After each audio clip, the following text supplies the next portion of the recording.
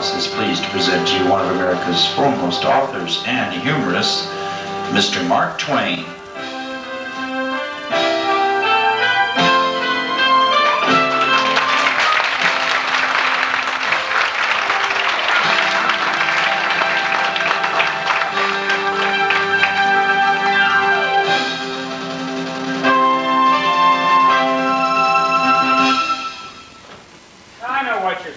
I heard you murmuring out here. You're thinking there's no way this can actually be Mark Twain.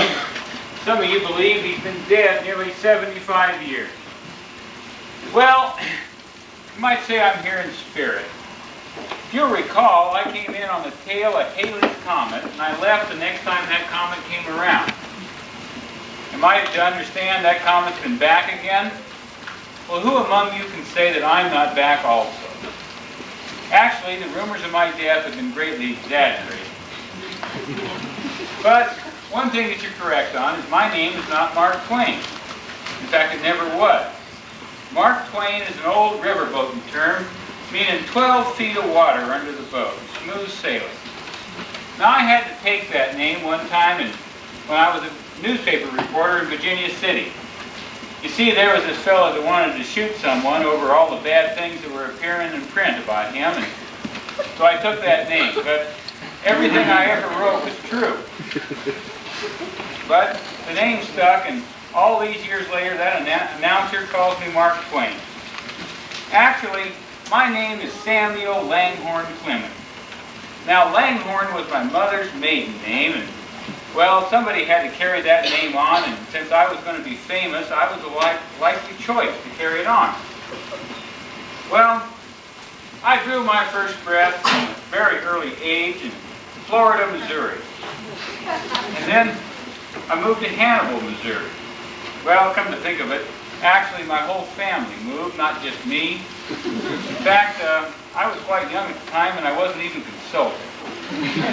But anyway, not much of merit happened in my life until the wonderful summer of 1843 came along.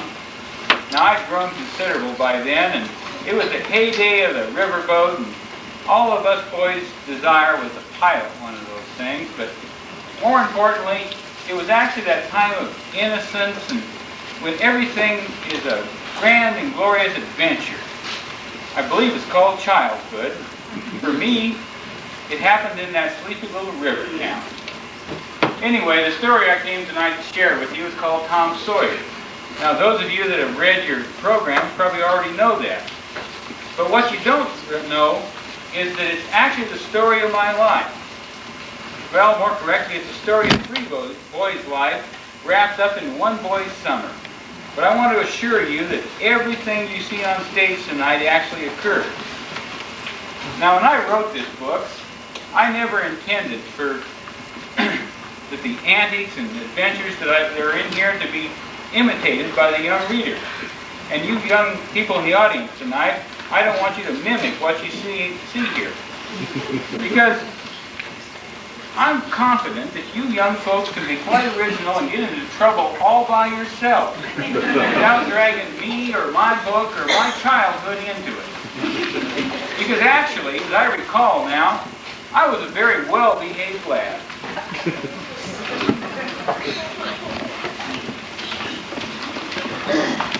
I could lick you. I'd like to see you try. Well, I can do it. No, you can't either. Yes, I can. No, you can't. Can't. What's your name? Isn't any of your business. Well, I'll make it my business. Why don't you? If you say much, I will. Much. There. Oh, you think you're mighty smart now, don't you? I could lick you with one hand tied behind me if I wanted to. Well, why don't you do it? You say you can do it. Well, I will if you force me. Oh, yes, I've seen whole families in my same fist. Oh, you think you're mighty smart now, don't you? What a hat that is. You can love my hat if you don't like it. I dare you to knock it off. And anybody that'll take it there will suck eggs. You're a liar. You're another. You're a fine wearer who doesn't pick it up. Oh, take a walk. Say, if you give me much more of your cess, I'll bounce a rock off your head. Oh, of course you will. Well, I will. Well, why don't you do it then? What do you keep saying you will for? Why don't you do it? It's because you're afraid. I ain't afraid. You are. I ain't. You You are. I ain't. You are. Get away from here. Go away yourself. I won't. I won't. You're a coward and a pup. I'll tell my big brother on you, and he can thrash you with his little finger. And I'll make him do it, too. What do I care for your big brother? I've got a brother that's bigger than he is. And what's more, he can throw over my fence, too. That's a lie! You're saying it. Don't make it so. Actually, both big brothers are imaginary. I dare you to step over that line, and I'll lick you till you can't stand up. Anybody that will take a arrow, steal a sheep. Now you said you'd do it, why don't you do it? Buy you for 2 cents, I will.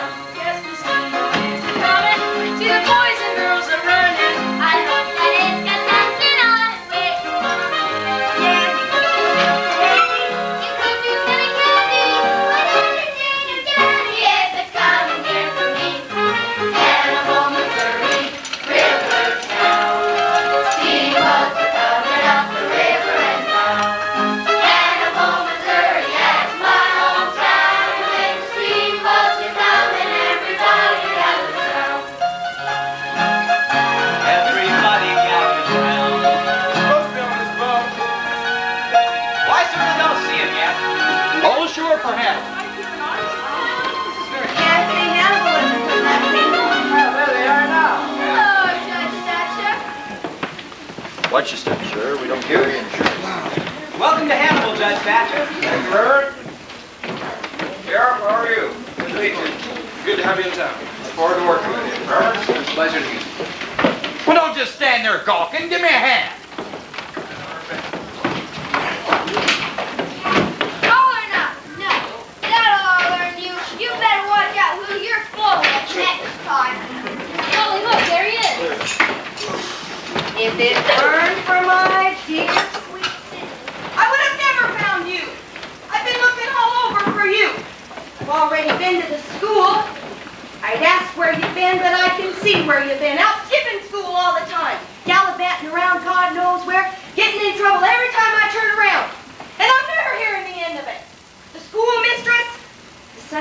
teacher. Next I'll be hearing from the sheriff or the undertaker, beating up new boys, carousing around with that no good. But Aunt Polly! Don't you interrupt me. You're in enough trouble as it is already. I don't know what I must have done to my dear, sweet sister. God rest her soul. Somewhere in life, because I can't figure out any other reason why she'd want to torment me so by leaving you to me when she passed on. Every time I look around, you are in trouble, causing problems at each stitch and every turn. And once again, I've caught you playing hooky. How often must I tell you till you learn? You steal sugar at the table every chance that you are able. Hook a donut when you know you should know better.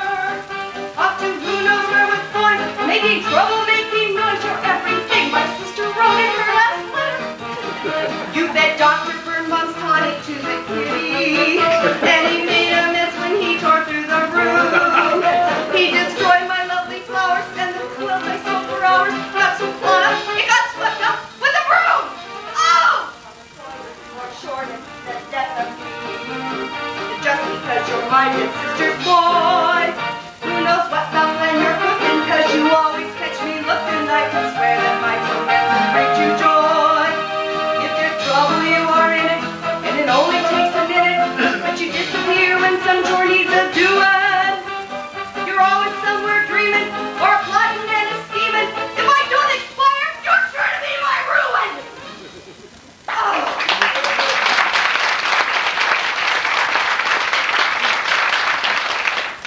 You've got the devil in you, Tom Sawyer. And the good Lord figured it was up to me to get him out. And out I shall. But back you go now, young man, for you'll have retribution to pay for playing hooky on Friday.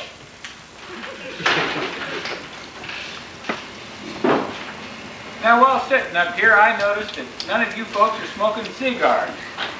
Especially those ladies from Tule Lake over there. Well, I always thought a cigar was just the thing to give the air a certain tint to it, but unfortunately the management in this place tells me I can't smoke in here.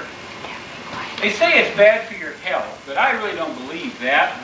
Well, you take old man Wilson. Now, when he got feeling poorly, he just quit smoking cigars for a couple of days, and if he got really bad off, he quit drinking too. It was kind of like the ballast you could throw off a sinking ship. Well, on the other hand, you take the widow Simpson. Fine, upstanding lady. She was the vice president of the Marion County Temperance Organization, and, well, she didn't drink or smoke or play cards or dance. In fact, I doubt that lady even knew an honest swear word. But one day, she got pneumonia and was gone to her maker in less than a fortnight, while old man Wilson lived to the ripe old age of 93. That lady had neglected her vices. If she hadn't done that, she'd be alive today like me. Anyway, get back to my story here. 1843 was a summer of adventure and mystery and summer of innocence and first love. It was also a summer that I learned a very valuable lesson about human nature. I learned about perception. Play hooky on Friday, whitewash on Saturday. Why love some Aunt Polly, but we ain't got no whitewash. Oh, yes, we do. I mixed 3 buckets this morning myself. The whole thing? The whole thing. But Aunt Polly, how am I supposed to do the whole thing by myself? A little hard work never killed anybody. Now get busy. And you don't want any streaks in it either, do you, Aunt Polly? Nary a one. I got my eye on you, Thomas Sawyer. 3 coats. Now you get to work. Sidney, you get on inside now and start practicing your piano. Hey, Jim, how about paint where I go festival? Oh, no, Thomas. Pa says she'll leave good. If I stole my own business and leave you alone. You ain't afraid of her, are you? She does dunk on the head with them like this. Ouch! I'm sorry, Tom. Well, you aren't in favor, are you? I don't know. Drinking my pie at supper. You think she's gonna give you any part of all the trouble you've been having? She'll be lucky to get spot this come Thanksgiving. Well, this Mrs. she'll forget all about it. You had enough to get before. Besides, she makes her very high. I don't like them very high. How come? It fucks up the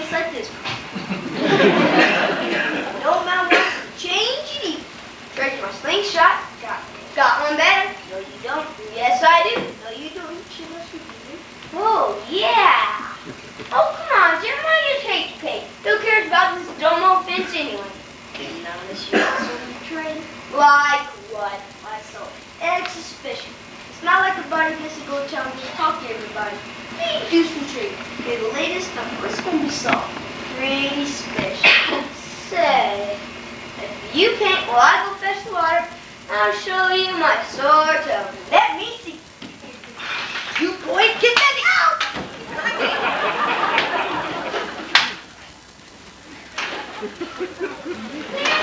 Clear the way for the big steamship Missouri, bound for St. Louis, Louisville, Cairo, and other points southward.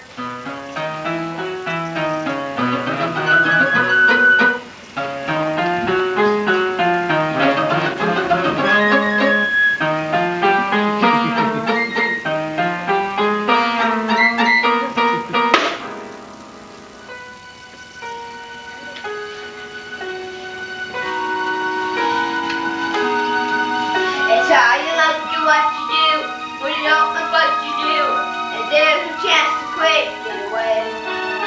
It's when you wish that you were doing someone else is doing what to do is risky them to play. A fisherman works at the fishes, and he crumbles all the time.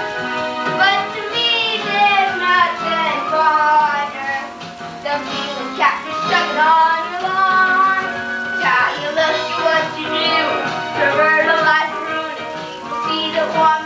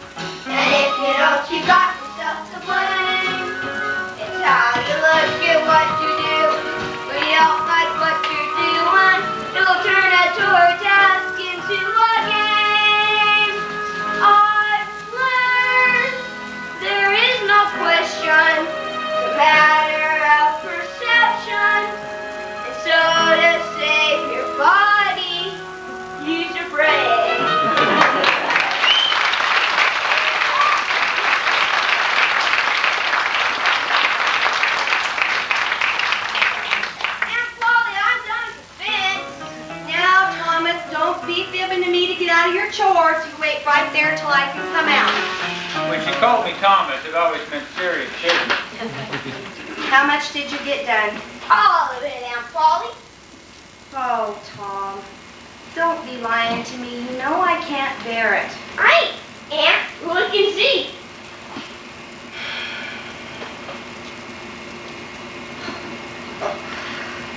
Well, I never. I didn't think it had been that long. I must be getting on in years. Yes, sir. What? I'm going to keep my mind right on my business. And you're right, it's right. No work at all. See, what did I tell you? Can I go now? Boys waiting for me at Carterville. Work for Robin. A little hard work does deserve rewarding. You may go.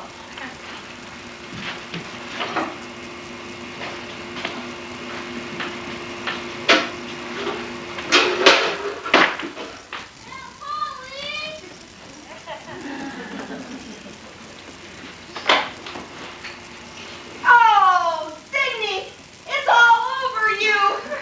That boy, Thomas Sawyer!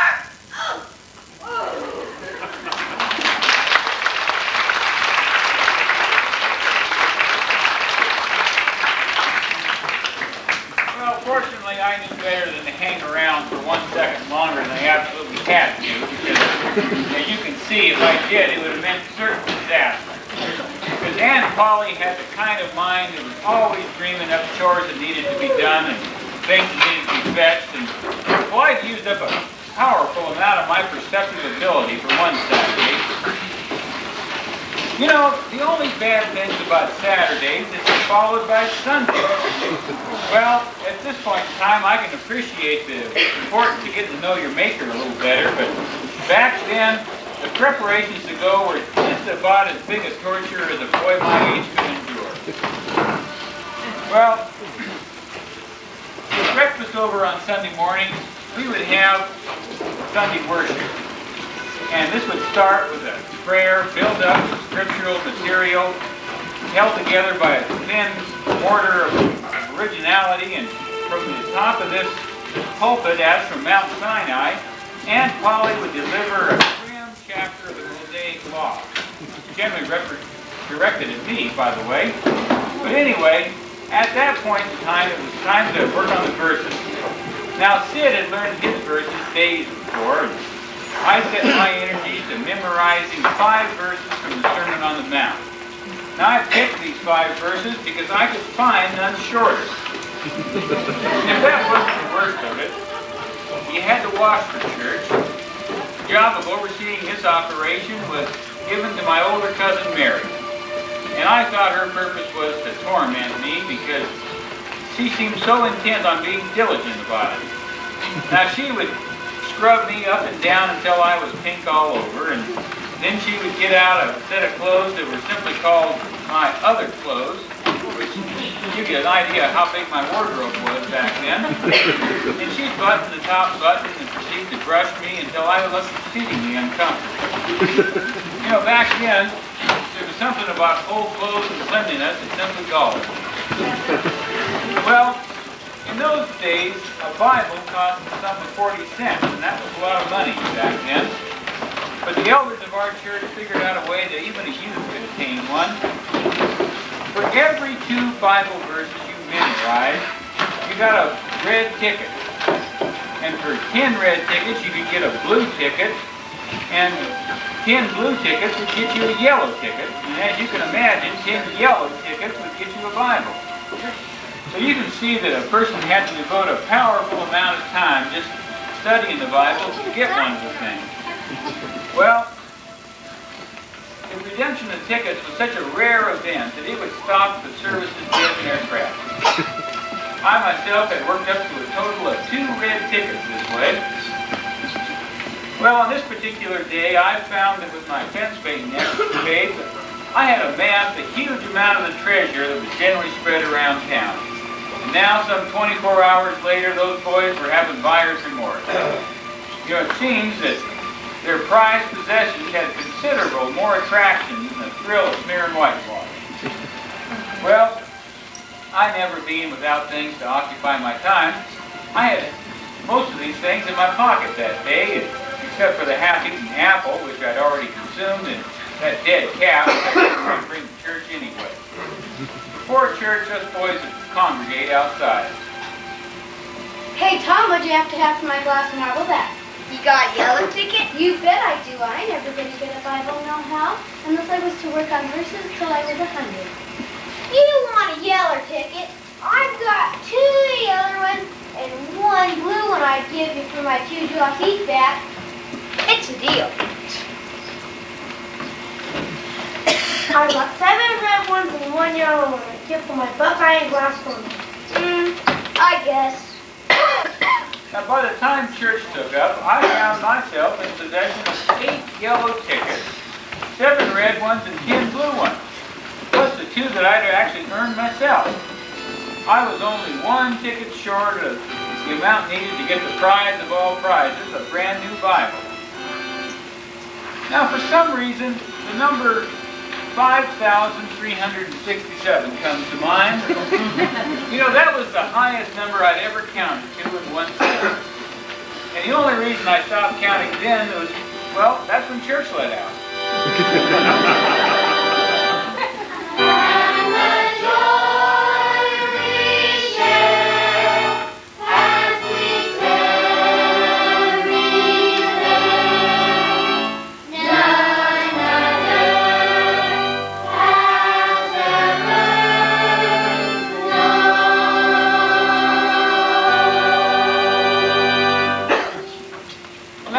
Hardly wait.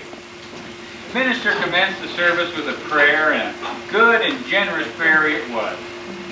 Now, he blessed the church and the children of the church and the other churches and the village and the county and the county commissioners, if you can believe that. And he blessed the state officers and the state and the governor and the federal officers and the federal government, the Congress, and the poor sailors cast out on the tens of thousands of people under the heel of Oriental monarchies and European despotism, and on he would go until seemingly everything and everybody had been blessed. Amen. Amen! Friends, today is a very special day because today we have the honor of welcoming not only new neighbors, but yes, new church members to this congregation. And so may I present to you Judge Thatcher, his lovely wife, and their daughter Becky. Thank you. Thank you, Reverend. Becky Thatcher. You know, love is a funny thing. You can be going through life as reasonable and content as can be, and mindful, and without a care in the world, and all of a sudden, it can strike you down as quick as you can say Jack Robinson. You'll find yourself as forgetful as a congressman trying to remember a campaign promise. Well, from the moment I saw Becky Thatcher, rather, I was in love and not totally in control of my faculties. We are very fortunate to have with us today a young man who has earned enough tickets for a brand new Bible. Would Sidney Sawyer please come forward? Judge Thatcher, would you please make the presentation for us? I'd be happy to, Reverend. Thank you, sir. Now, this represents 2,000 memorized verses. 1, 2, 3, 4, 5, 6, 7, 8, 9. Well, 5, 6, 7, 8, 9. You seem to be 1 ticket short, Sidney. I wasn't short when I came in here. I was afraid of it. I don't suppose there's someone else in the congregation today with the necessary amount of tickets. I do! Anyone at all? Thomas, well, please, come forward. I assure you this is highly irregular. 1, 2, 3, 4, 5, 6, 7, 8, 9, 10! Well, I don't believe this. This is a miracle. Congratulations. Well, Well, you're a fine-looking lad. What did you say your name was? Tom. Oh, not Tom. It's, I thought there was more to it. And I dare say you've got a second name, and you'll tell me that one too, won't you? Tell the man your name, Tom. I mean Thomas. And say, sir, you mustn't forget your manners. Sir Thomas Sawyer. Well, Thomas 2,000 verses is a great many to have learned.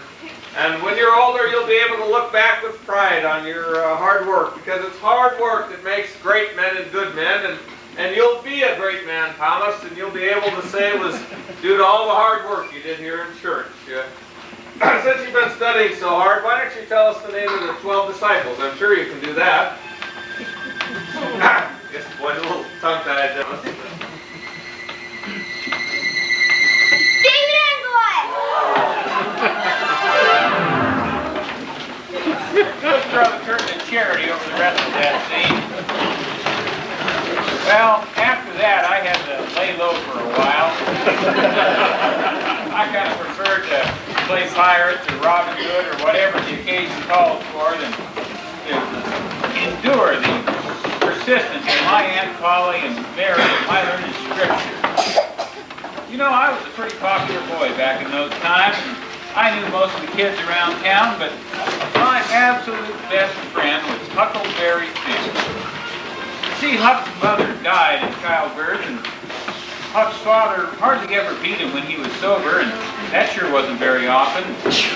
So, while Huck's father spent most of his time in the saloon, Huck could just kind of wander around and eat and sleep wherever he wanted. He didn't have to go to school like I did, so he could do what he wanted to do whenever he wanted to do it. For that, I really envied him. But you know, although Huck had never been to school, he had a certain knowledge of superstitions and the supernatural that a boy my age found almost as captivating as being in love. Well, on this particular day, I was on my way to school, and I saw Huck and his friend Jim up on the riverbank fishing. So I kind of went up there and talked to them, and they told me a story about how to cure warts. Well, I still have the warts. And as you'll see later on, fortunately, I didn't lose my life. It's okay. Took me a little while too, but I'm an expert. Yeah. Hello, Huck. Hello yourself, and see how you like it. What you got for that? Dead cat. It's mighty. Well, looks mighty stiff. What's a dead cat good for? To cure warts with? Oh, yeah, and how do you do it? Well, you go to a cemetery late at night where a wicked man has been buried. And at midnight when the devil's coming. 2, maybe even 3 to take him away. Then you throw the cat after him and say, corpse, follow devil. Cat, follow corpse. Wart, follow cat. It'll fetch any wart better than spunk water or beans. Well, when you gonna try your cat? Oh, tonight, I reckon they'll come after old Hoss Williams. He was buried on a Saturday, and at midnight was Sunday. Devils don't shosh around much on Sundays. Can I come with you? I'll be by around 11. You be ready. I'll be ready. Oh yeah, last time I meowed the secret call, I had 5 cats there before you, and the neighbor threw a shoe in the bush I was in. He clobbered me something fearful. Yeah, when you threw the shoe back and broke his window. He thought it was me. So be on time, will ya? Sure. Tom, I'm late for school. And to the republic for which it stands, one nation, under God, indivisible, with liberty and justice for all.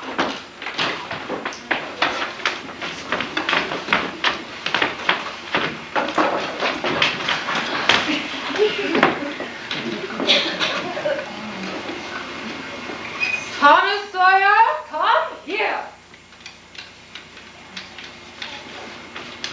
Late again, as usual, Thomas Sawyer. Where have you been? Now, you recall I told you that love can affect you in ways you'd never imagined?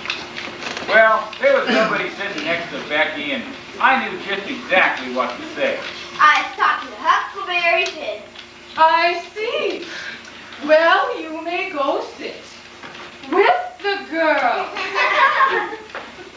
It worked like a charm. I was in hog heaven, so to speak. Well, that school teacher was as predictable as a dry spell in August. I knew she'd picked the worst possible punishment she could imagine for most boys my age. All right, class. Assignments ready? I'm learning, yes, learning. Though the mind keeps on returning to the land of freedom right outside my door. I'm learning, yes, learning. Coming up here are turning, and I know things I never knew before. Columbus found America in 1492.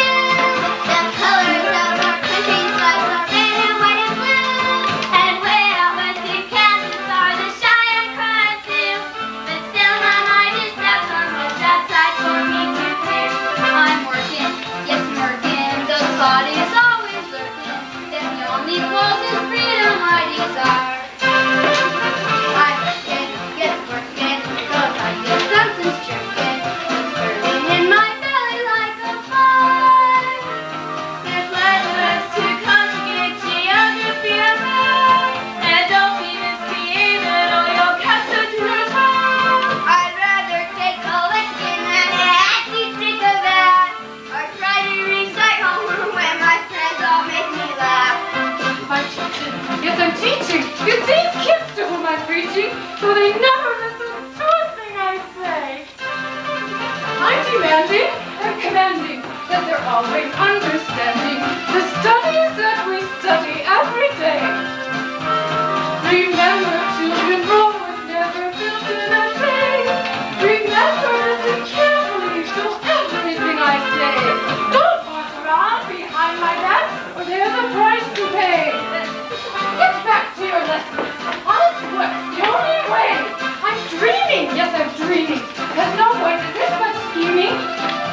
I don't believe he's heard a word I've said. Mystery is still a mystery. How anything I say sticks in his head. When we are reading Dante, when we're counting my things, learning all the presidents on what makes me freeze. No matter my maneuvers, here goes the wall with ease. I might as well be in the woods and stretching chimpanzees. I'll learn it, yes, learn it. How to keep my feet a turning. Just catch a Mr. Catfish on my line. I'm learning, yes, learning. But in high school I'm not squirming. I love learning, I'm just fine. I know how to tuck in when I'm always from town. Then how to snitch and find the class if she is not around. Well, swimming in time, I wonder where I can be found. She's on my body,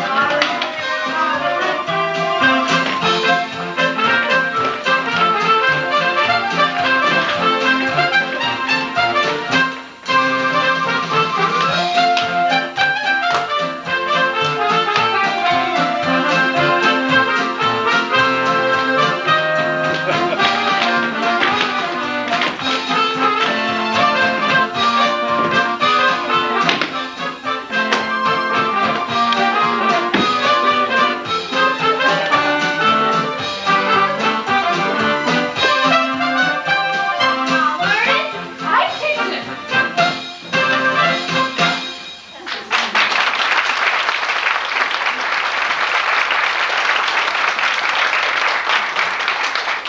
All right, class. We will have a brief recess.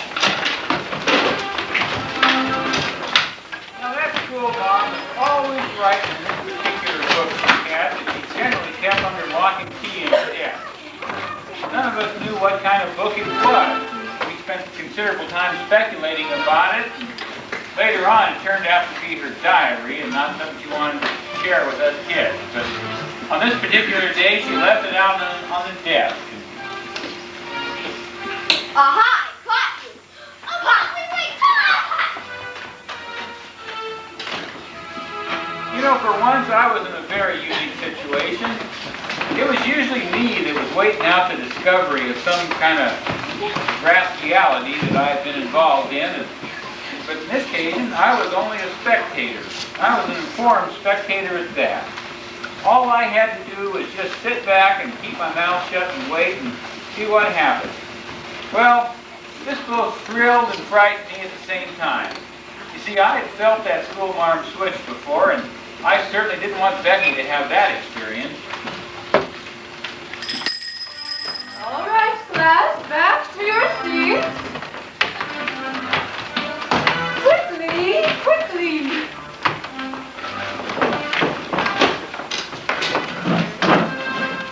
Now back to work.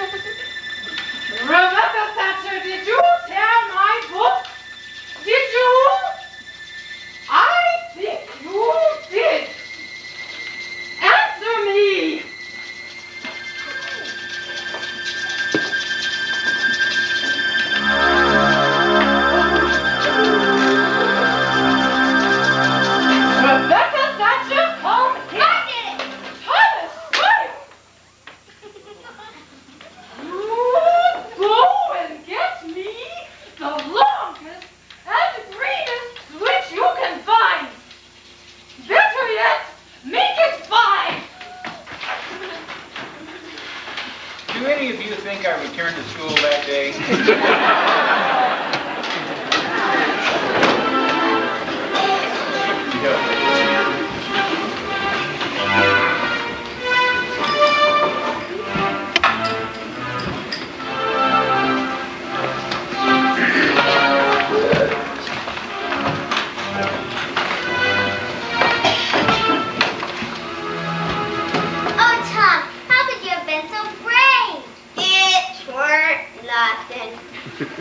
Well, I think it was. I think a lot of you, Tom. Do you like rats? No. Me neither. Not wild ones, of course. Dead ones, you can try string around and swing. I don't like rats at all. I like chewing gum. I do. I wish I had some. I have some. I'll give you to give it back. Okay. Say, Becky, was you ever at a circus? Oh, yes. My father took me once. Oh, I've been lots of times. Church ain't shucks to a circus.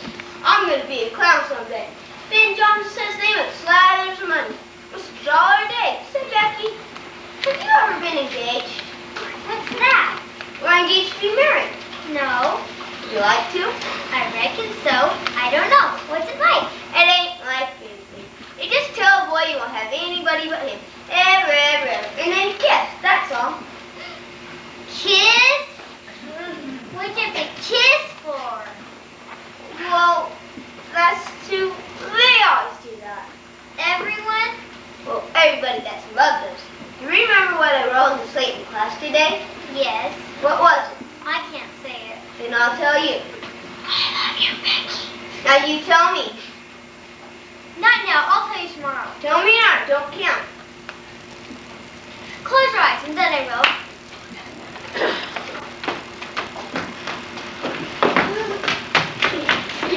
Now let's kiss. Now it's all done. Won't be true to anybody but me. Ever. Talk to each other before and after school. And take each other to parties. All that stuff. You get folks do. It's so nice. I've never heard of it before. Oh, it's great. Last year, me and Amy Orange were days. We just had scatterbrains.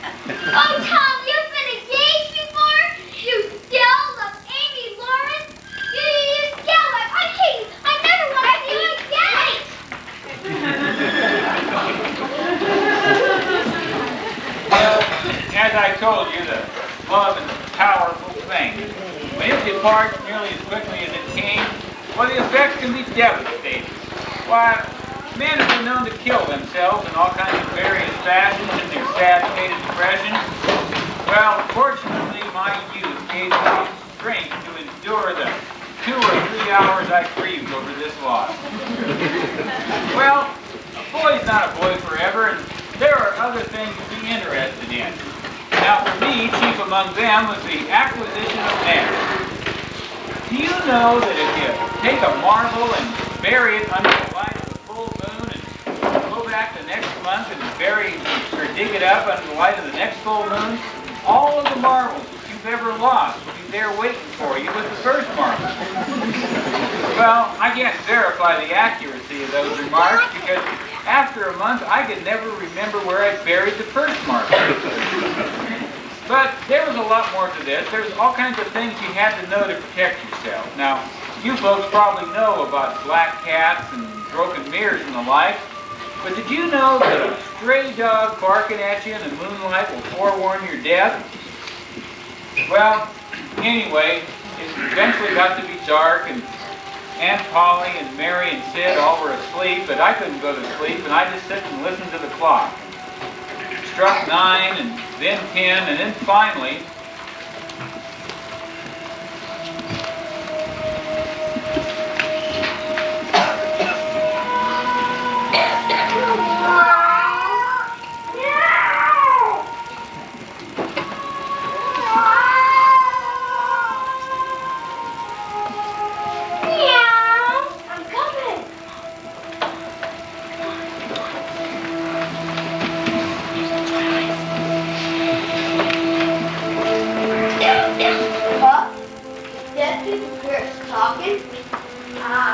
I wish I knew. You think they might be in here? As long as you don't step on them, I suppose. You think old hospitality's in here? I expect so. You think he might be in here? I don't think so. I wish you said Miss once. Everybody got to the hospital. I hear something. We should have never come here. Shh, there it is again. What is it? It's the devils coming to take old Hoss Williams away. Now I leave me down to sleep? No, wait. There's 3 devils. Look, those aren't devils. And that's Mount Potter. That's Dr. Robinson. Injun Joe. Injun Joe. You better sit real still and hope they don't see us. I don't think I want to go in there. Oh, you old fool, you're acting like a silly schoolgirl. Get a hold of yourself, Muff. I don't care. There's something evil about all this. You get your partner on up there. There won't be any money. I'll go ahead and find your grave. Big coward. It's all in your mind. The dead stay dead. If you don't get up there, you just might join. I'd feel a lot better about this if it was daylight. Then everyone would know we were here. And that wouldn't do, would it? I don't care. I'm still scared. Muff, it's all in your mind. What mind you have. What do you mean by that? I don't understand. See what I mean? No, it's just that... When the clock strikes 12 and the wind begins to blow, there's one place that's for certain: you should never ever go when the moon is full. The shadows tall never tarry in a scary cemetery at all. You might see some bones of dear departed Grandpa Jones. Hear the moans and the groans of the spirits down below.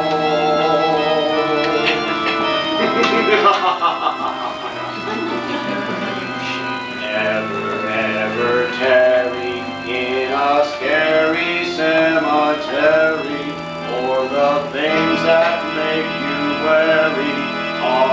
inside your mind, you know.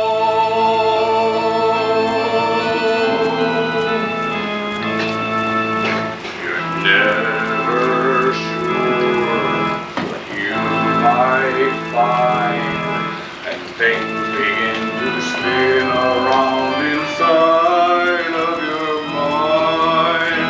Everything here, everything you see, sound and look so different in the cemetery.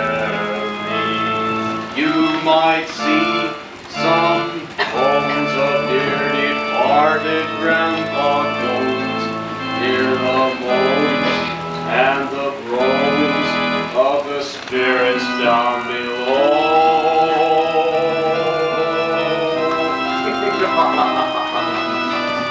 You should never ever tarry in a scary cemetery, for the things that make you wary are inside your mind, you know.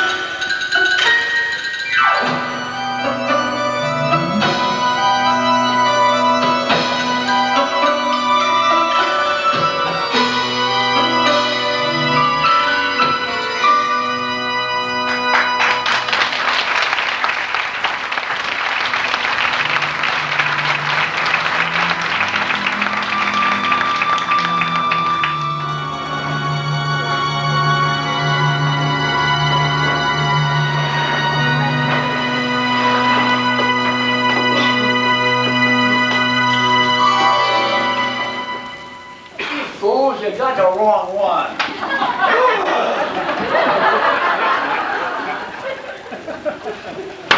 I want my money. You get your money when the job is done. You get to work. You hire my doctor. You don't dirty your hands to dig them up, and you don't dirty your reputation to let folks know what you do. I want my money now. Medical science is an ongoing study. I'm sure the good folks of Hannibal would appreciate my research if they were considered either him or them. At any rate, it's none of your business. Now get to work. No. I want my money now. And some more tomorrow, next day, and the next. You dirty kid. Oh, there you blackmail me.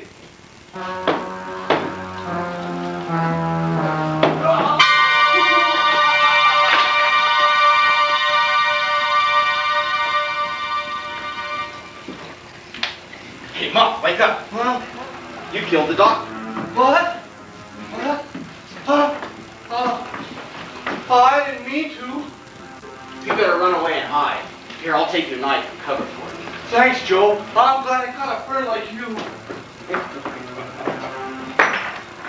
With a friend like me, Muff, Who needs enemies?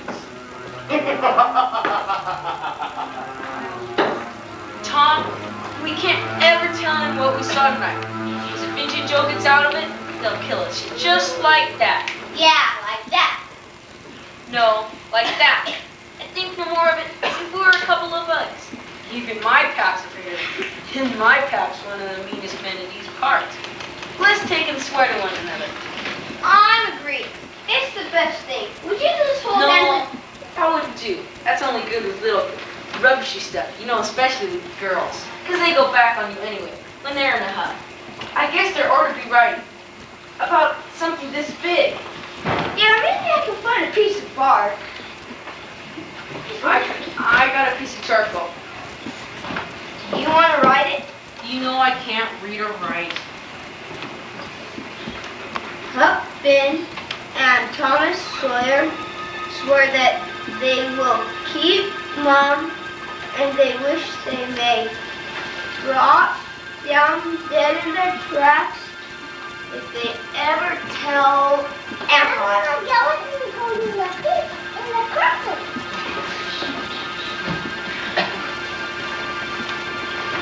Does this keep us from ever telling? Of course it does. Don't you know we drop down dead in our tracks and rot? Yes, I reckon so. Oh, Tom, which one of us does he mean? I don't know, Huck. You take a look and see. Oh, no, Tom, you. I can't do it. I can't do it, Please, Tom, there it is again. Oh, Lordy, I think I know that was. That's boards. Boy, I was scared. You and I both know where I would have gone. Get in, stray dog. Well, which one of us does he mean? Must be both of us. We're right here together. I've been so wicked.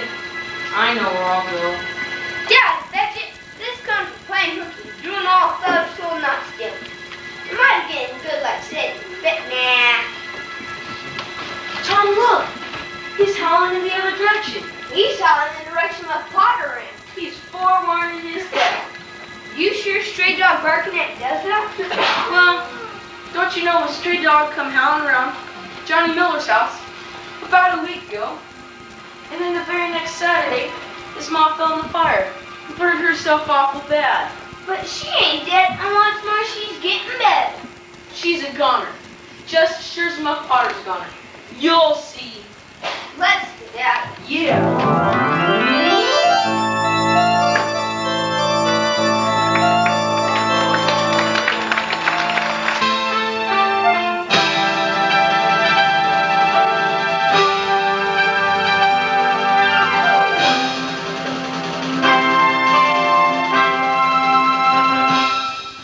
Now, back in my day, a political debate generally consisted of two liars yelling at each other, and generally the loudest and the biggest liar won.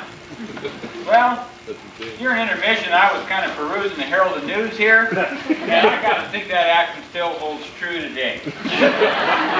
Well, the politicians aren't the ones to blame, truly, because they're only a small drop in the sea of humanity. It's really us, because we're all the time wanting to listen to what sounds the most exciting or seems the best or most interesting, whether it is really true or not, or whether we have any reason to believe that. And that's why I've always held suspect the idea of a fair and impartial trial. Can you imagine impartiality in the town where the crime was committed? Now, my theory is that we ought to hold the trials for the crimes in Mississippi and Massachusetts, and vice versa. But I guess that may not work, come to think of it, because I bet those folks up in Mississippi would be complaining about a bunch of damn Yankees telling them what to do, and the folks in Massachusetts would be complaining about all the costs of shipping these folks down to Mississippi when they're guilty anyway. Did you hear someone was killed in the cemetery? Yes, I heard it happened last night. Your son was murdered in the cemetery last night. Some soul Muff Potter ran out of there. Did you hear about the murder in the cemetery last night? Some think it was Muff Potter. Did you hear? It seems that Muff Potter killed the doctor in the cemetery last night. String it up. Here, Muff Potter killed the doctor in cold blood in the cemetery last night. They're gonna hang him very sure. Yeah. There he is.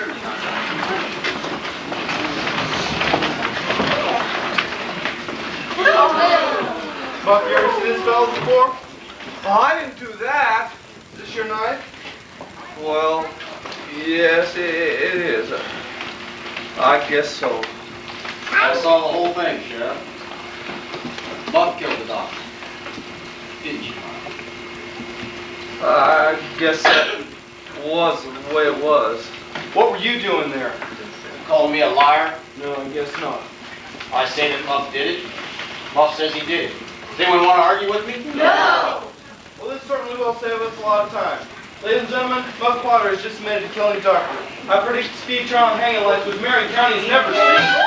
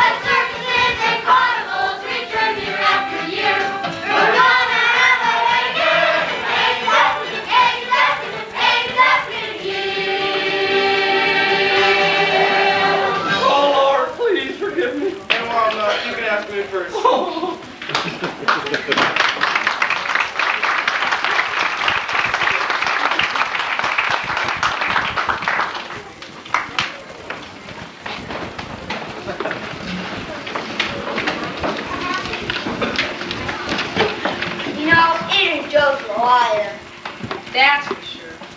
We gotta keep Mom. But we can't let Muff hang. He shows the best fishing on him. Even took you to the dock once. Besides, he didn't do it. Do you want to drop down dead in our tracks and rot?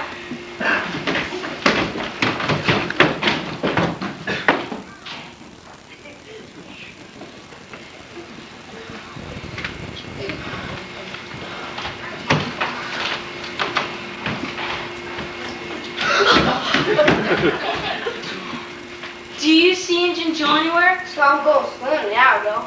Think he's still in there? No doubt. If that weren't enough trouble, I've got Aunt Polly, schoolmaster, and Peggy Thatcher won't even talk to me anymore. Man, seems like it's all turned around.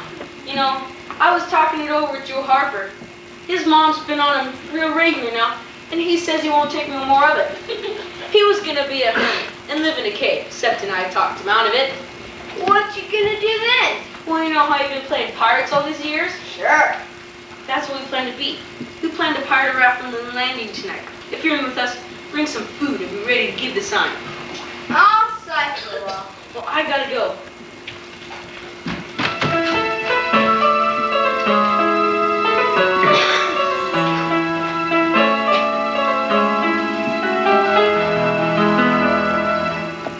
If I should run away from all that I hold dear, would I be missed at all? And who would care if I should sail away upon the seven seas? Would they seem so surprised that I'm not there? Perhaps if I should drown and wash ashore, they all would not have time to be no more. They change how they treat me, but death kills you so completely, so I'll run away until my dreams come true. A daring future lies not far away. And will she wait for me till one day I return? Would she think fond of me? What would she say? A pirate who rides up the seven seas, she'd beg for my forgiveness on her knees. I pity and forgive her. Please sail away together on farewell, my friends, and all that I have found. I long for you if I should run away.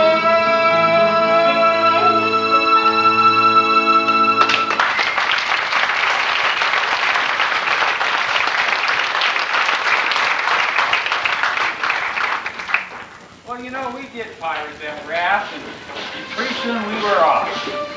We paddled for what seemed like forever, and finally we were out in the main stream of the Mississippi River. As we floated by Hannibal, we were taken aback, because as we looked up on the valley there, the lights of our little town made it look like a golden gleaming city. Well, as dawn came up and we floated around the bend, we were out of sight. We immediately landed on what was called Jackson Island. But what you have to understand is that out of sight is out of mind. And although we were just around the bend, we could have gone all the way to the South Sea. Now this island was covered with tall trees and thickets, and on the upriver side, the spring floods would bring logs down the river and create huge piles of these, and they get covered over with brush and vines that grew on the island, and made walking nearly impossible. Well, we decided that we might use one of these piles as a fort. We found one that created a natural shelter. But on closer examination, we decided that the copperhead snakes living in there had a better claim to it than we did. We decided to camp on the shore. Hey, Huck, what you doing? Whittling pipes? You know, we're gonna be pirates. We sure ought to learn how to smoke like pirates. Ain't nothing to it. Why, I've smoked for years.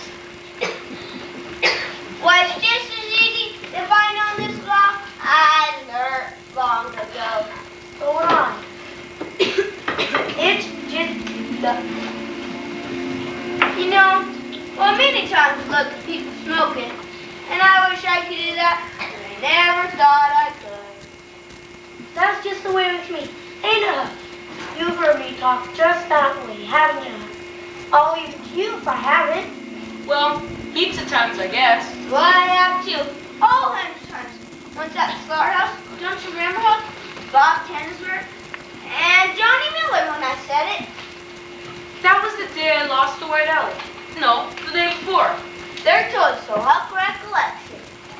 Why, I believe I could smoke this pipe all day. I don't feel sick at all. Me neither. I'd smoke this pipe all day. I bet you Jeff Thompson could. Jeff Thompson? Well, he'd keel over in just 2 drops. Let him try it once, he'd see. And Johnny Miller. Boy, I wish I could see Johnny Miller tackle it once. Don't I? I'll bet you Johnny Miller couldn't do this for nothing. Just one little sniff through the cherry. Indeed it would, Joe. Say, now if the boys could see us now. So do I. And when we tell them we learned how to smoke and we was off pirating, won't they wish they had come along? We would. I don't feel so good. Things always spin so much. Well, I guess pipe smoking isn't in your blood. We'll try again after we eat. Well, there were eventually some positive things about smoking pipes. The only one I can recall right now is that it kept the mosquitoes away. Well, that's important because mosquitoes on the Mississippi River are the biggest mosquitoes in the world. I've traveled over a considerable portion of the world, and I can say that without fear of contradiction. Why, one time when I was camped at Ashburn Landing, 2 of these huge Mississippi mosquitoes picked me up and started carrying me out across the river toward the island. And one of those mosquitoes said to the other, "Do you think we ought to eat him here or take him over to the island?" The other mosquito replied, "We better eat him here, because if we take him over to the island, the big ones might take him away from us." Well, I detect a little note of skepticism out there. And I suspect that that's because some of you know that mosquitoes can't talk. But I can assure you if those mosquitoes could have talked, that's exactly what they would have said. Well, anyway, back to my story here. You know, despite the snakes and mosquitoes and the other problems on the island, we had a wonderful time. We played pirates and searched for the buried pirate treasure that's on all islands. And we swam and fished, and best of all, we dug up and ate a bunch of turtle eggs.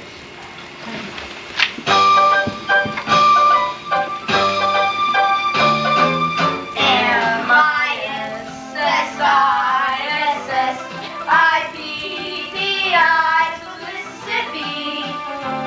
Mississippi. Mississippi.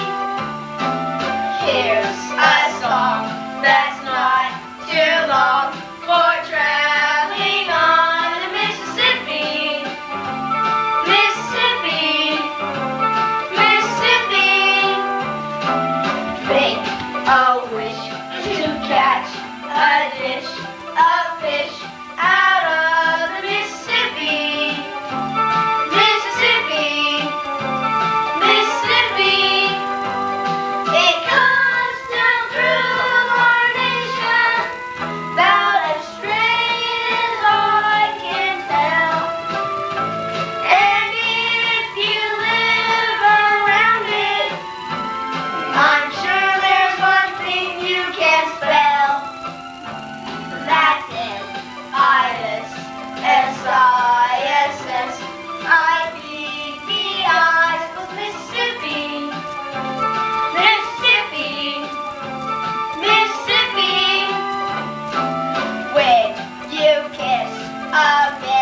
like this. Their love will run to Mississippi. Mississippi. Mississippi. And I will grin as once again I push you in the Mississippi. Mississippi. Mississippi. Upon it you can travel. The whole world you can see. But after you have traveled, There's no finer place to be. that's it.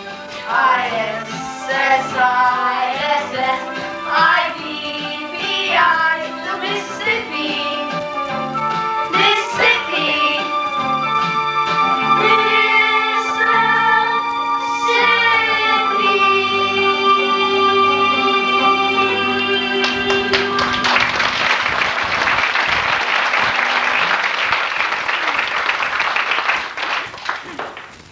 Now, we had taken a pirate's pact not to return home until we could do so in fine sailing ships and grand tales of adventure for all to hear. But as the food supply grew slim and days passed, I grew tired of eating fish and turtle eggs, and everything seemed to be hollow again. So one night I kind of waded across to the Illinois side and stole a ride on a ferry, and presently I arrived home. Now, I snuck through the window and into the parlor.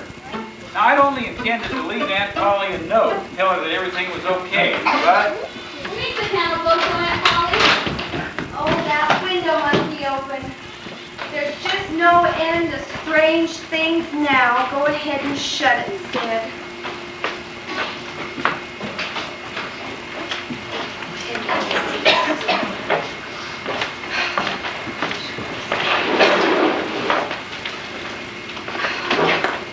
As I was saying, Mrs. Harper,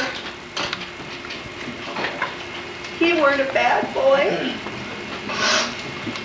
He was only mischievous and harum-scarum, you know. He didn't mean any harm. He weren't any more responsible than a colt. And besides, he was the best-hearted boy I ever did know. It was just the same as her, Joe. He was full of devilment, but as unselfish as he could be. Oh. And to think I punished him yesterday for stealing that cream, never recollecting it was I that throwed it out in the first place because it was sour. Now I'm never to see him again. Never, ever, ever. Poor abused boy. I hope Tom's there for you, but you've been better in some ways. Not one ill word out of you, young man. Not one ill word now that he's dead and gone. God will take care of him. Don't you trouble yourself, sir. Oh, Mrs. Harper, I just don't know what I'm going to do without him. Oh, I'm just going to miss him so. Even though he did trouble my old heart out of me most. The Lord giveth and the Lord hath taken away. Oh. Blessed be the name of the Lord. But it's hard. Oh, it's so hard. Just last Saturday, my Joe, he set off a firecracker right under my nose, and I knocked him sprawling for it. But now if I had it to do over again, I'd hug him and bless him for it. Oh, I know what you mean. I know just what you mean. Why, it wasn't but just yesterday noon that my dog took the cat, and he filled the cat with painkiller, and I thought the creature was gonna tear the house down, and oh, God forgive me, I stuck him on the head with my thimble. Oh, poor boy. Poor dead boy.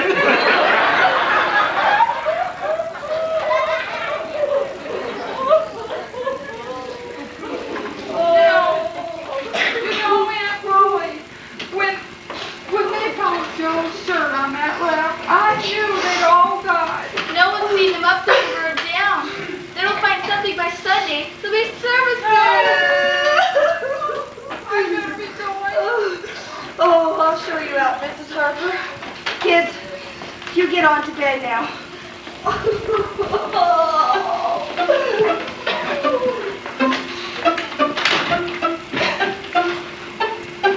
See, I told your dog didn't run on us. Where you been, Tom? I've been scouting. You all agreed that we go back. Yeah, I'm getting hungry. And I about had my fill, too. Let's go back in style.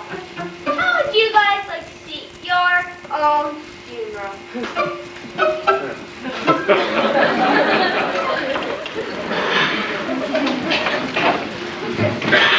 Well, having temporarily forgotten about the dressing Joe and missing some decent cooking, a plan was devised that we could go back in the grand splendor that we all had met. Well, early Saturday evening, we hung onto a log and paddled over to the Missouri side of the river. We left about 5-6 miles below town.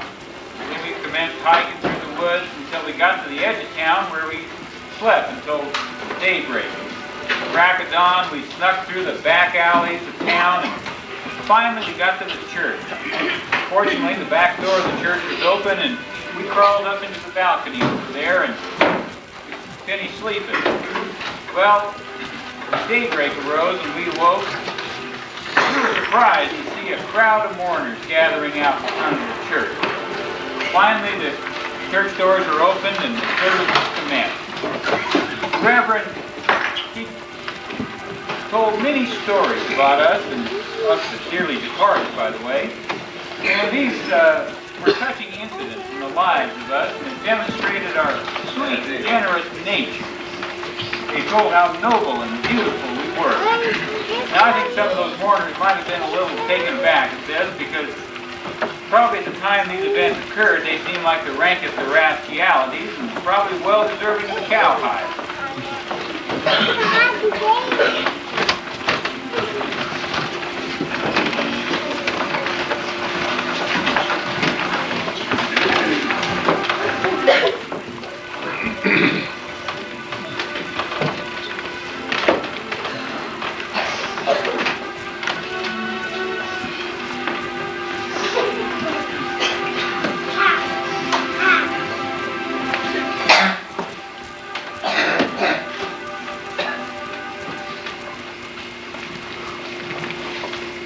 We shall all sadly miss Thomas Sawyer. He was a boy liked by all, and who liked all that he met. He was never without a kindness for anyone who truly needed it. Is he talking about me? He was a boy who would go out of his way to help others, never thinking of only himself. It doesn't sound quite like you. And Joseph Harper, a lad who loved his mother and father and obeyed them. A boy who walked in the ways of the Lord, never yielding to temptation, never falling from the straight and the narrow. Then is he talking about you? He said my name. Huckleberry Finn.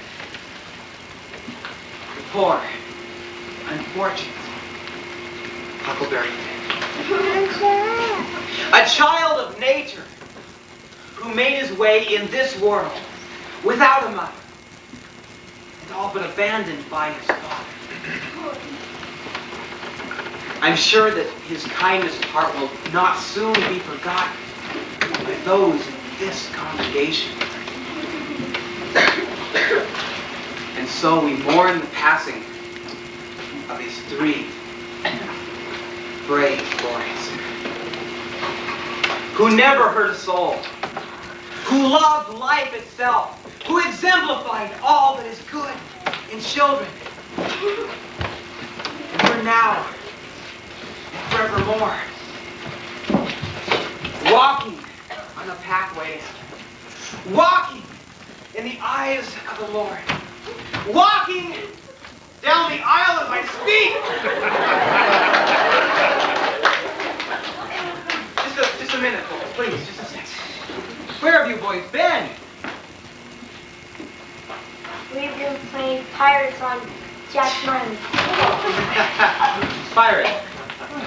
Well, at least let us be thankful that the Lord has seen fit to return these boys to us today, and know we're sure to wear our seats.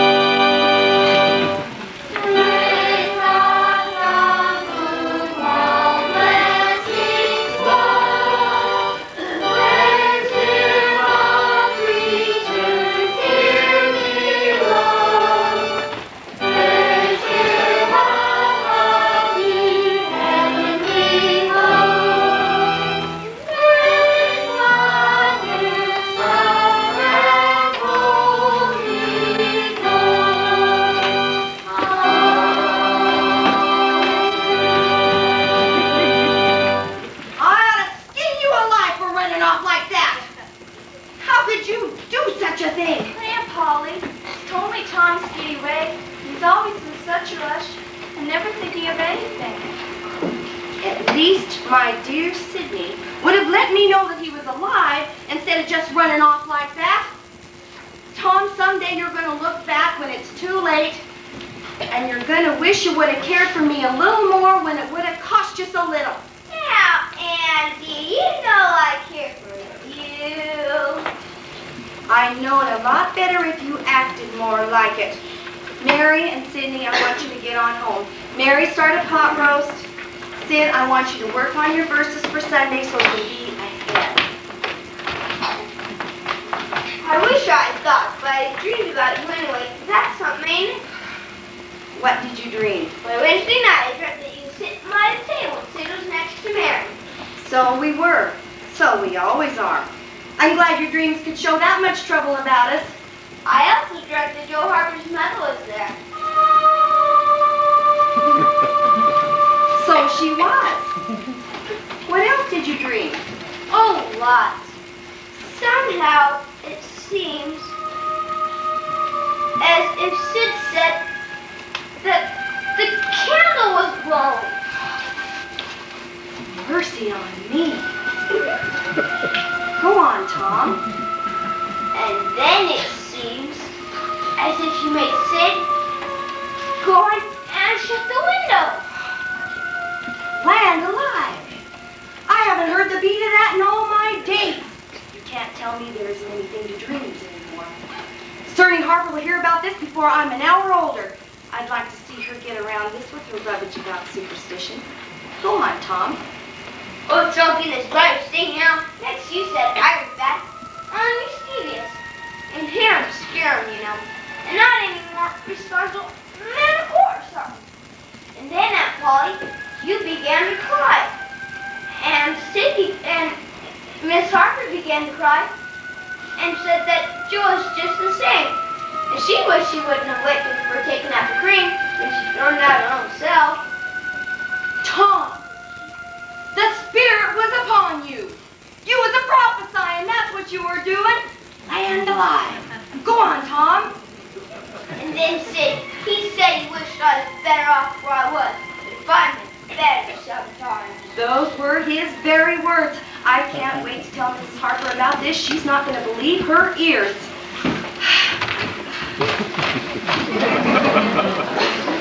Well, things went pretty smoothly after that, for about 10 minutes. And that's all the longer it took Joe Harper to tell Mrs. Harper about my visit, and for Mrs. Harper to tell Aunt Polly the truth about my dreams.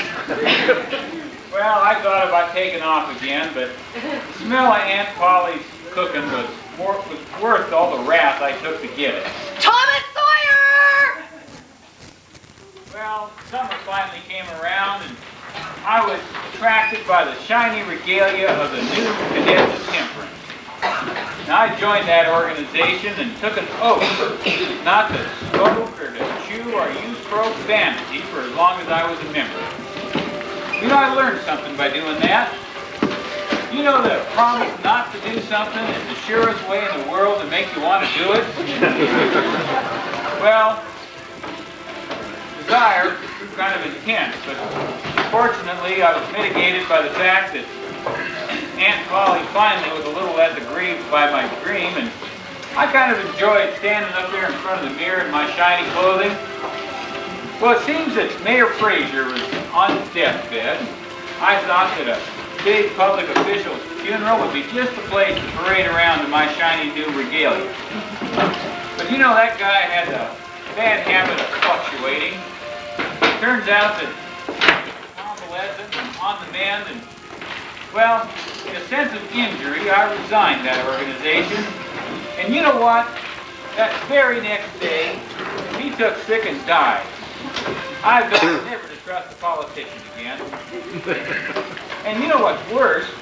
As soon as I resigned, I lost all interest in smoking or chewing or cursing.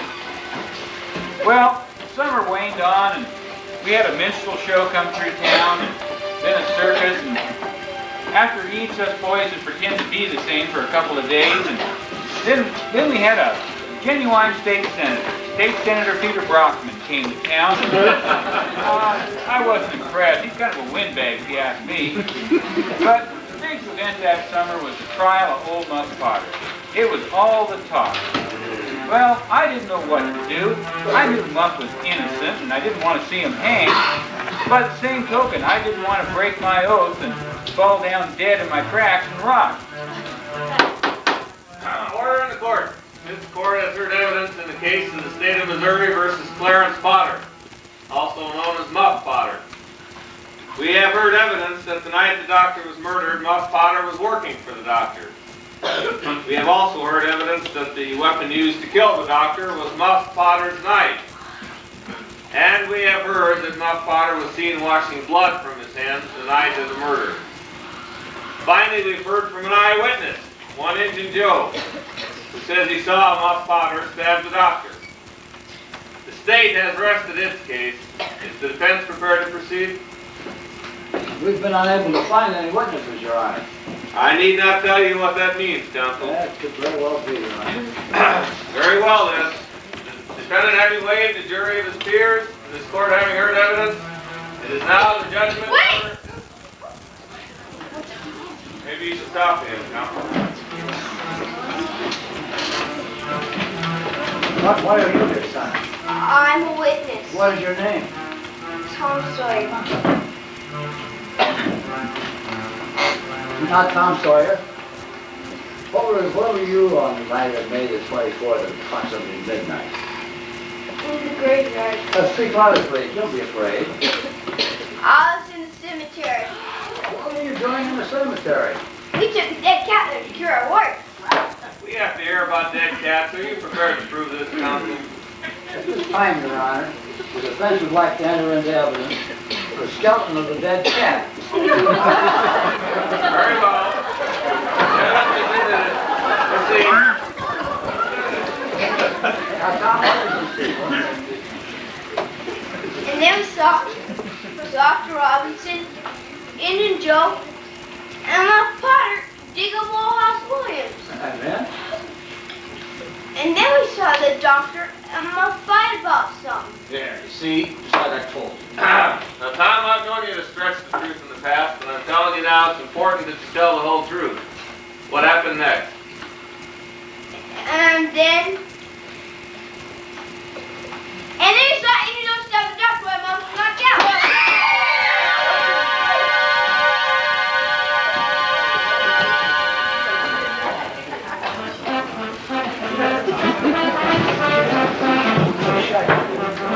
Well, there's not much to top a thing like that, or so we thought. A posse was formed and the county was searched high and low for Injun Joe, and it seems like he had simply vanished. Now, some folks thought that was because he was an Indian, but the sensible folks knew that he wasn't even an Indian at all. He was just plain sneaky. Well, fortunately, Becky had agreed to remain engaged to the Red Pirate and Avenger of the Spanish Main. And, well, in honor of saving old Muff Potter from certain death, a Tom Sawyer Appreciation Day was held. Judge Thatcher took the whole town down on a riverboat about 3 miles below town to a big meadow, and we had the greatest picnic you can imagine. Had all kinds of fine foods and pies and cakes. People were playing games, and But the thing that I wanted to do was go up and explore this cave up in the limestone bluff. Now I took Becky with me and a couple of other fellas, and we went up to the cave and had a wonderful time playing hide and seek and scaring each other and the like. But sometimes when you're enjoying yourself, you kind of lose track of time. Well, up above on the ground, afternoon became evening. All the picnic supplies were loaded back onto the steamboat. All the folks were rounded up and got on the boat, and they thought they had everybody, and so the boat set sail back for Hannibal. Well, down below, in the cave, we had not yet discovered the predicament I had gotten us into.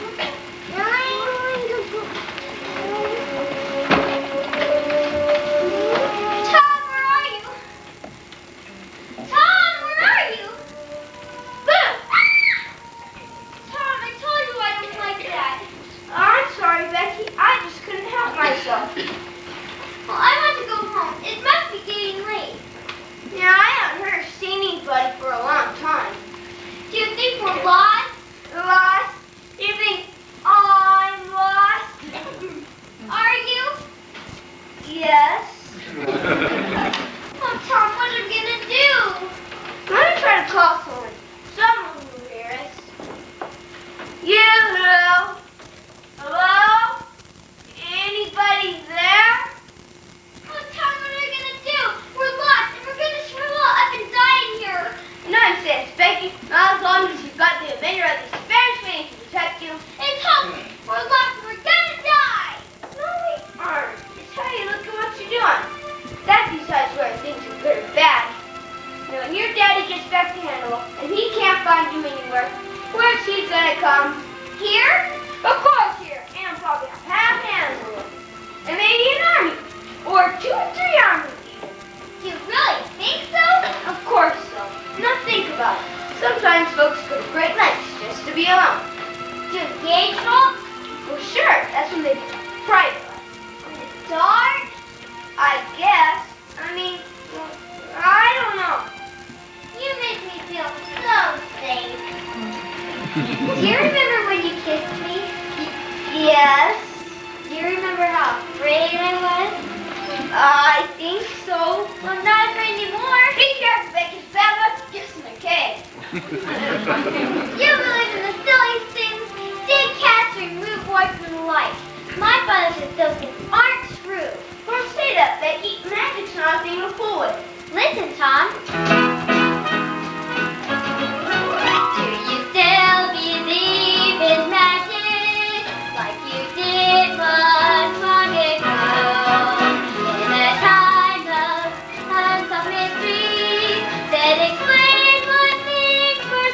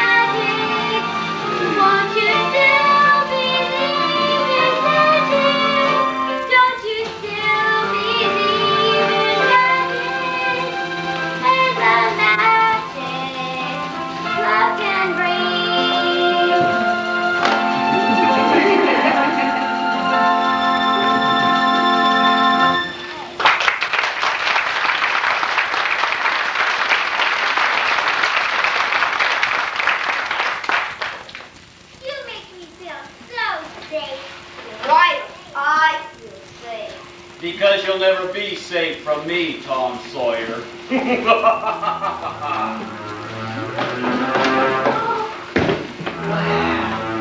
But isn't a little wart here, the one with the big mouth? Here we are, all alone, for all practical reasons, trapped. You see how you talk when I... Well, isn't the judge's little daughter? We'll have to take care of you, too. But not before I ransom you for enough money to get out of the country. You'll go like your boyfriend. Slow. Painful. But first things first. First, I gotta take care of your boyfriend. It's your own fault, you know. You'd have been in bed instead of traipsing around the cemetery with a dead cat. What part of it?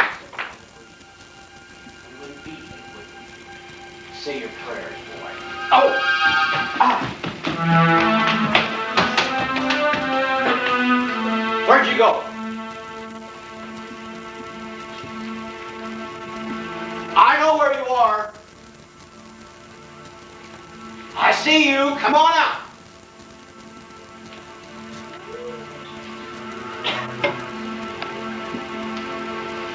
I'll bide my time.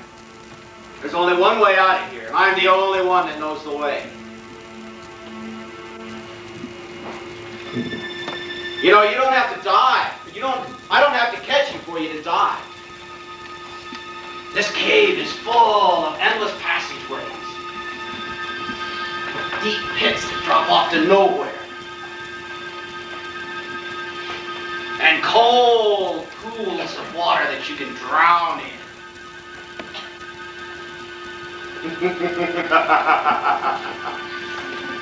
And your candles. They'll be going out soon. Did you bring matches to relight them?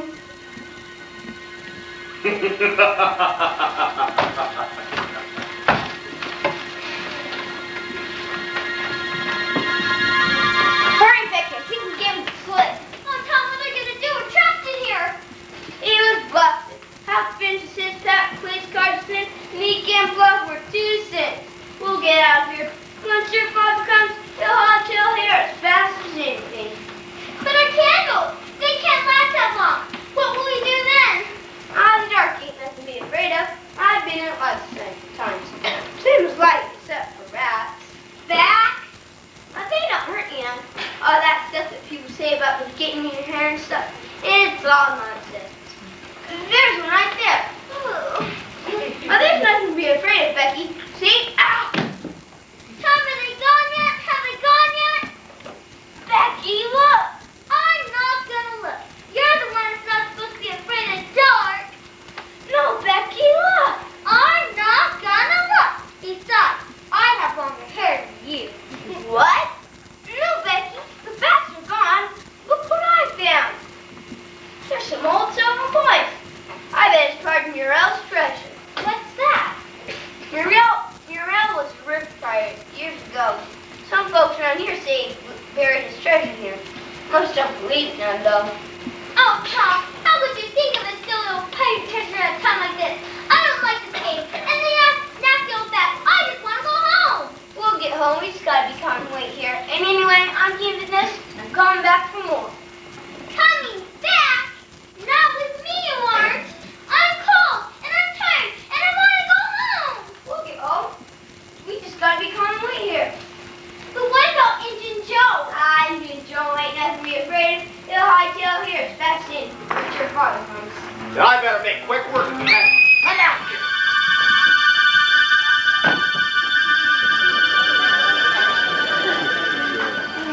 You know, Injun Joe was right. There were miles and miles of passageways and deep, dark holes and pools of cold water that you could drown in and such. But what he wasn't right was about there only being one way out. It seems there were a couple of ways out, maybe not big enough for a man, but for a small boy and a girl intent on getting out of that cave, they were plenty big enough, let me assure you. Well, the boss came and the cave was searched and still no Injun Joe was ever found. The city fathers in Hannibal decided best interest was to put a big oaken door all over the front of that cave entrance so other people couldn't wander in there and get lost. Well, the next spring, an expedition to that cave opened the door and found the starved body of Indian Joe behind it. But I'm getting ahead of myself, and back to our story here. Well, the good Judge Thatcher was so overwhelmed at his daughter being saved that he forgot that it was I that got her lost in the first place. Well, once again, a testimonial to yours truly was held. This time they decided to have it in the town, so I couldn't get into any trouble. Gather around, folks. It's a lovely day for a picnic. Food all looks good.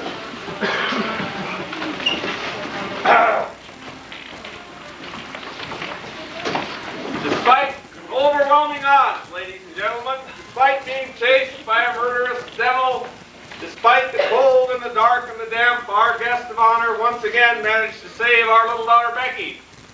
Ladies and gentlemen, I give you Thomas Sawyer. Where's Tom? He got sent to golf a while ago. How long ago? I don't right to go. Oh, What's more important, where did they go? The cave. no. The cave, but they can't get in there. Tom can. He says he's no way. Here it is. Here they are. Tom and Huck Roots. They found Muriel's treasure. But Muriel's treasure is an old story, isn't it? Get yourself money. That couldn't come from anywhere else. Well, I suppose not. $10,000 there. And Polly, Tom's rich. He'll never have to worry about him feeding again. And Polly, my house for you. Maybe it'll pay off all the worry I've been giving you. Now the little extras. I know you mean well by me. I love you, Aunt Polly. Just when I want to skin you alive for running off and pulling your cool stunts, you go and you make my old heart soft as jelly. You do it every time, Tom. It ain't right. What isn't right? It isn't right. There's no one to hug up. Huck don't want a hug. Oh, come on, you know what I mean. Since your big tap took off to who knows where, there's no one to look after a pup. Someone will knock me in the head for all his money. We've already seen to that, Tom. That's right, son. Do you know who this lady is? The widow Douglas? Why, sure, everybody around here knows her. Aren't you that lady who lives in that big house on the hill? The same. Huck, is that your given name? Nope. Well, what is it then, son? Huckleberry. Well then, Huckleberry, since your escapade with Tom on the island, it's come to the attention of Judge Thatcher, the sheriff, and others, and you need someplace to live proper. Well, it's true my late husband left me secure in the world, but I am alone, and they thought, well, and so did I, that you might consider letting me adopt you. It would be a place to sleep, Huck. Would I have to go to school? Our school isn't so bad. Besides all of it, well, Jeff has got some fun. Oh. Huck, it will mean having good warm food to eat. Hard grub. Now that's something. You'd have your own room, and Tom could come visit whenever he liked. Would I have to wear socks Socks? and shoes? Of course. Oh, but only in the winter time. Once summer got here and school was out, you could go barefoot all you like. What do you say, son? Thank you. You mean you will? Oh,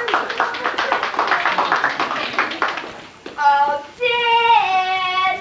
as I was saying, that Tom, he is quite a boy. In fact, I believe that someday he just may be president. Now, Polly, Tom went and... Oh, if they don't hang him first.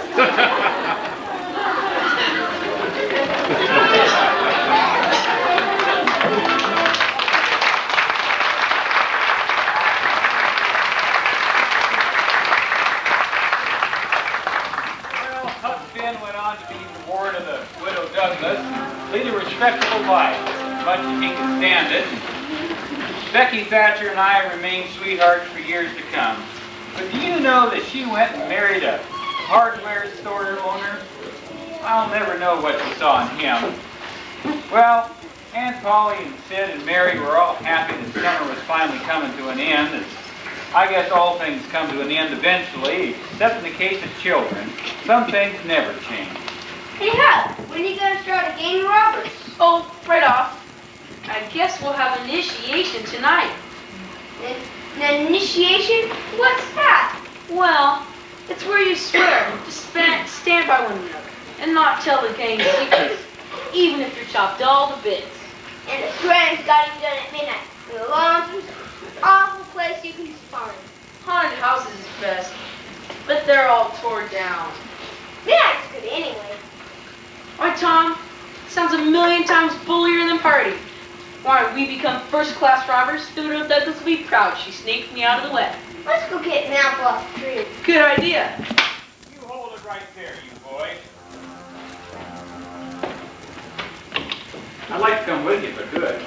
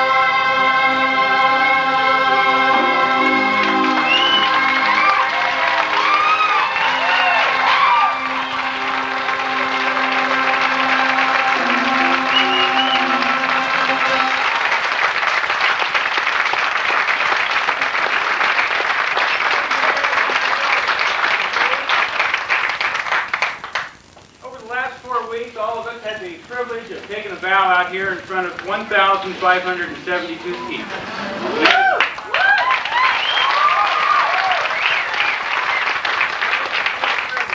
You probably are aware that there's a lot of people that are involved to make this happen other than the people on stage. And there's one person of particular merit that I'd like to have recognized. Jay, could you come down here for a second?